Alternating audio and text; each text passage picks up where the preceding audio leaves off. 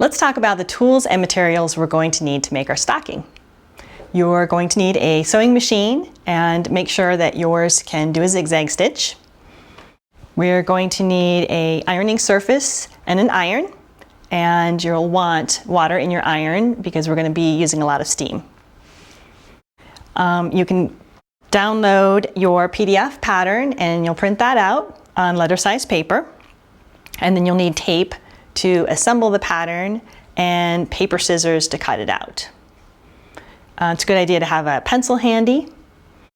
And then as far as materials go, you're going to need several colors of wool. Now the wool I'm using is from Riley Blake. It's a wool blend, and I recommend washing it before you use it because it really gives it a nice texture, and it's going to shrink up just a little bit because it's 90% wool, so there will be some shrinkage, and it's really going to give it like a nice dense texture, and that just makes your project that much more interesting, I think. So give that a wash. Then you'll also need some quilting cotton for the lining, and you can coordinate that with your colors of your hexagons. Then you'll need some interfacing, fusible interfacing. I like a 100% cotton woven interfacing. I just find that it fuses really well, and because it has a grain, it doesn't really stretch, and it's just a nice interfacing to use.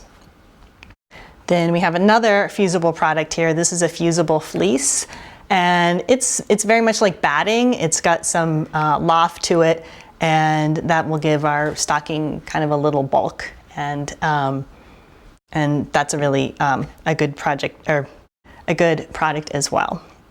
You're going to need some pins, and then I have a couple scissors here. One is a pair of pinking shears. Those are optional, but those will be great for trimming our curves, and then regular fabric shears for cutting out the hexagons. And then I have an all-purpose thread that I've chosen to match my colors, or you can go contrast as well if you don't want it matching. And then a basting spray. The basting spray is something I use to actually fuse the hexagon templates to the wool, and it's just kind of a temporary bond, and it just holds the template onto the wool temporarily while you cut it out. So freezer paper is another option. If you like to print on freezer paper, then you can use an iron, and that's just another way to attach the template to the wool. And then you'll also want a ruler just to have on hand for cutting or measuring.